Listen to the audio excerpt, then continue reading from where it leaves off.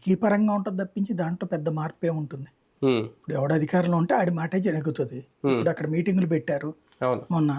పెట్టిన తర్వాత ఏమైంది, చాలా చోట్ల అధికార పార్టీ వాళ్ళు ఏం చెప్తే అదే జరిగింది. ఉమ్, ఇంకా దాంట్లో సబ్బెట్టి మమ అనిపించుకోవడం తప్పించి ఏముంటుంది. ఉమ్. అంటే రూరల్ డెవలప్మెంట్లో జగన్మోహన్ రెడ్డి గారు చెయ్యింది గ్రామ సభల ద్వారా జరిగేది.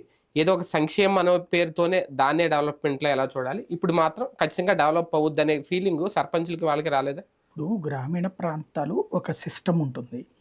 రోడ్లు గ్రామీణ ప్రాంతాల్లో ఇందులో రెండు రకాలు ఉంటాయి.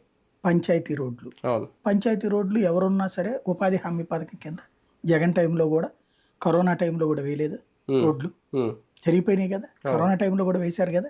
సిమెంట్ అదే రోడ్లు, సీసీ రోడ్లు వేసారు. గుంటలు పూడ్చడం అనేటటువంటిది ఒక్కటి ఆర్ఎన్బికి సంబంధించి. ఇప్పుడు చంద్రబాబు గారు ఏమంటున్నారు, అది అది దీంట్లో వేయట్లేదుగా, నరేగా కింద.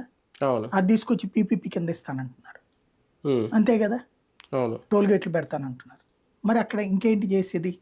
ఉమ్, ఇకపోతే ఓ 40 లక్షలు 50 లక్షలు గ్రామానికి కేంద్ర ప్రభుత్వం ఫండింగ్ ఇచ్చింది. అది ఎలా ఖర్చు పెట్టాలి? గ్రామ సభలో వీళ్ళు 40 పనులు 50 పనులు చెప్తారు. ఉమ్, ఒక్కో దానికి పెడితే ఎక్కడవుతుంది వర్క్?